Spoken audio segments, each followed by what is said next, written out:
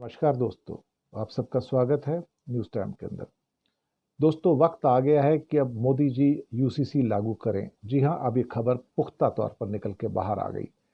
वक्फ board को bill pass कराने के बाद वन नेशन वन इलेक्शन आराम से पास करवा के ले जाएंगे, मुझे उसमें कोई संदेह नज़र नहीं आता है। लेकिन यूनिफॉर्म सिविल कोड में एक रास्ता अटकता था 371 का, जो मुझे मालूम था कि 371 इनके आड़े आ जाएगा। 15 करोड़ ट्राइबल्स कहाँ जाएंगे? उनको अगर यूनिफॉर्म सिविल कोड में रखना है तो बहुत बड़ी मुसीबत है। तो एक उसका अच्छा फार्मूला उत्तराखंड ने निकाल दिया कि हम सारे के सारे ट्राइबल्स को बाहर कर देंगे।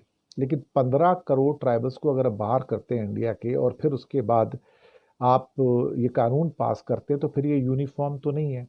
कि 15 करोड़ की आबादी तो बड़े आबादी है, लेकिन मोदी तो भी इसको यूनिफॉर्म सिविल कोड कहेंगे, या कहेंगे मैं तो इसको सेकुलर सिविल कोड भी कह सकता हूँ, एससीसी भी कह सकता हूँ। मैं यूनिफॉर्म कहूंगा ही नहीं, लेकिन मैं कोड लागू कर दूंगा। 15 करोड़ ट्राइबल्स को इसलिए बाहर रखूंगा क्योंकि उनके वोट चाहिए। जब वोट चाहिए तो भाई उनको अलग रखा जा सकता है। ठीक है, चलिए, अच्छी बात है। अब आप कहोगे क्या यूनिफॉर्म सिविल कोड पे इनको वोट मिल जाएंगे पार्लियामेंट में? बहुत आराम से मिल जाएंगे। और ये आखिरी मुद्दा होगा वक्फ बोर्ड के बाद में, वन नेशन वन इलेक्शन के बाद आखिरी मुद्दा होगा जो इनको लागू करना है मोदी जी के लिए और आरएसएस के लिए। क्योंकि उनको एक बात तो पता है कि अखंड भारत तो अभी नहीं बनता। अखंड भारत में तो हिंदू भारत नहीं बनता, वो डिक्लेयर करना मुश्किल है। वहाँ पे चीज़ें बट जाएंगी। तो यूनिफॉर्म सिविल कोड करके एक आखिरी चोट मार दी जाए मुसलमानों पे, सिखों पे और ईसाइयों पे और बुद्धों के ऊपर, और साथ में जैनियों के ऊपर भी। ये आखिरी चोट होगी जहां से मनुस्मृति को लागू करने का आपके पास मौका मिलेगा, और आप तरह तरह की डिमांड रख के, तरह तरह के कानून बना के दूसरे धर्म के लोगों को सी ग्रेड का सिटीजन आप बना दोगे। अभी बना दिया, उसके बाद तो बचेगा नहीं। अब यहाँ एक और सवाल पैदा होता है, क्या ईसाई और सिख इसको मानेंगे? भाई, आज ये हालत कर दी गई है इंडिया में कि मोदी ने किसी को किसी काबिल छोड़ा नहीं है। अब आप कहोगे कि वोट कौन करेगा? सारे वोट करेंगे इनको। एक अपोजिशन इंडिया गठबंधन के में भी दो चार वोट करके आ जाएंगे। देखो जी, मोदी ने कुछ चपड़ासी पाल के रखे हुए हैं। ये चपड़ासी हैं, उनको अगर कहा जाता है कि तुम बर्तन मांज, तो बर्तन मांजते हैं। उनको कहा जाता है झाड़ू पोछा करो, तो झाड़ू पोछा करते हैं। उनको कहते हैं कि तू कपड़े धो, कपड़े धोते हैं। उनको कहा जाए कि तू चाय बना के ला मेरे लिए, चाय बना के लाते हैं। उनको बोलता है जाके जरा बाहर जाके अपना गार्डन के अंदर घास काट के आ, वो घास काट के आते हैं। ये बहुत सारे नेता इस टाइम इंडिया में है, जो चीफ मिनिस्टर भी कई हैं, जो मोदी के इशारों पर नाच रहे हैं। अब आप कहोगे बीजेपी वाले तो नाचते हैं। नहीं भैया, नॉन बीजेपी की बात कर रहा हूँ। आप बिहार से स्टार्ट कर लो। जितन मांझी हो, नीतीश कुमार हो, चिराग पासवान हो, ये सारे के सारे जो हैं, ये मोदी के चपड़ासी हैं किस्म से। उसके बाद आप उड़ीसा में आ जाओ, तो उड़ीसा में नवीन पटनायक पुराने मोदी के यार हैं, लेकिन अब चपड़ासी वाला ही काम कर रहे हैं। लिख के रख लीजिएगा।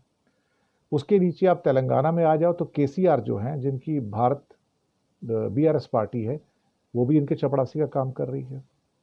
उसके नीचे आ जाओ तो आंध्र प्रदेश है, तो वहाँ पे पवन कल्याण नायडू, और उसके साथ में वाईएसआर कांग्रेस के जगन मोहन रेड्डी भी मोदी के लिए चपड़ासी हैं। इससे ज़्यादा कुछ नहीं है। इससे ज़्यादा हस्ती देते नहीं मोदी किसी को, उठाकर सबको पटक देते हैं कि ये कर तू जाके। उसके नीचे चले जाओगे तो तमिलनाडु आ जाता है। तमिलनाडु में अब अन्ना डीएम के साथ में आ गई, वो भी दूसरी चपड़ासी उनके लिए। तो इन्होंने अपने मंत्री तो उनके सारे चपड़ासी हैं, मुख्यमंत्री भी सारे चपड़ासी हैं। तो बचता कौन है? तो आपको लगता है कि क्या ये बिल पास नहीं होगा? बहुत आराम से पास हो जाएगा। 15 करोड़ ट्राइबल बाहर हो जाएंगे। बाकी 3.25 करोड़ के लिए, आप सॉरी, 100 अपना क्या कहते हैं कि 125 करोड़ के लिए ये पूरा का पूरा बिल आराम से पास हो जाएगा। जब ये सारे के सारे लोग वोट देंगे, और आप कहोगे क्या मुसलमान खफा नहीं हो जाएंगे इनसे? उनको मुसलमानों की चिंता ही नहीं, उनको मुसलमान के वोट ही नहीं चाहिए। ना नायडू को चाहिए, ना नीतीश को चाहिए, ना जगन मोहन रेड्डी को चाहिए, ना अन्ना डीएम को चाहिए, ना नवीन पटनायक को चाहिए, किसी को नहीं चाहिए भाई। क्या बात कर रहे हो आप? और वैसे वक्फ बोर्ड बिल में आपने देख लिया कि उन्होंने किसके लिए वोट दिया है। सबने मिलजुल के मोदी के साथ वोट किया। तो क्या कुछ फर्क पड़ गया क्या? देखो, फर्क उस दिन पड़ेगा। कभी कभी डर लगता है कि ये 10-15 करोड़ मुसलमान निकल के कभी सड़कों पे आ गए, या माइनॉरिटी सड़कों पे निकल के आई ना, तब इस देश में क्या होगा। जो कोहराम मचेगा ना, तो फिर भगवान जाने इस देश का क्या होगा। लेकिन जहाँ तक ये यूसीसी को पास कराने की बात है, तो उत्तराखंड में पास करवा के देख लिया, तो अब हो गया। उसके बाद असम में भी आ रहा है और गुजरात में भी आ रहा है। तो बीजेपी के तो सारे राज्यों में आ जाएगा।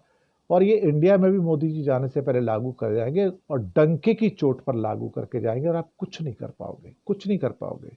कुछ लोग कहते हैं ना हम बहुत कुछ कर लेंगे, कुछ नहीं कर पाएंगे साहब। पर हाँ, एक बात मैं ज़रूर कहूँगा, बहुत सारी चीज़ें ऐसी होती हैं जो गला घोट के आपको पिलाई जाती हैं, गला घोट के। फिर एक टाइम ऐसा आता है कि वो जाम भर जाता है तो छलक जाता है। आपने बीज तो बो दिए, लेकिन कोई ये सोचे कि उसका कोई रिएक्शन नहीं है, तो ऐसा नहीं होता ना। न्यूटन साहब तो कह गए ना, हर एक्शन का रिएक्शन है। हो सकता है आप इन 2-4 सालों में वो रिएक्शन ना देखें, लेकिन आने वाले टाइम में वो रिएक्शन इतना बड़ा हो सकता है भारत की माइनॉरिटीज़ की ओर से, सिखों की ओर से, ईसाइयों की ओर से और मुसलमानों की ओर से, या फिर भारत के दलितों शूद्रों की ओर, कुछ और जो उनके डिसग्रंटेड एलिमेंट्स हैं हिंदुओं के अंदर भी, कि फिर खुदा जाने 2047 का सूरज देखने को मिलेगा नहीं मिलेगा। मैं सच कह रहा हूँ, लामों ने खता की थी, सदियों ने सजा पाई। शुक्रिया आपका।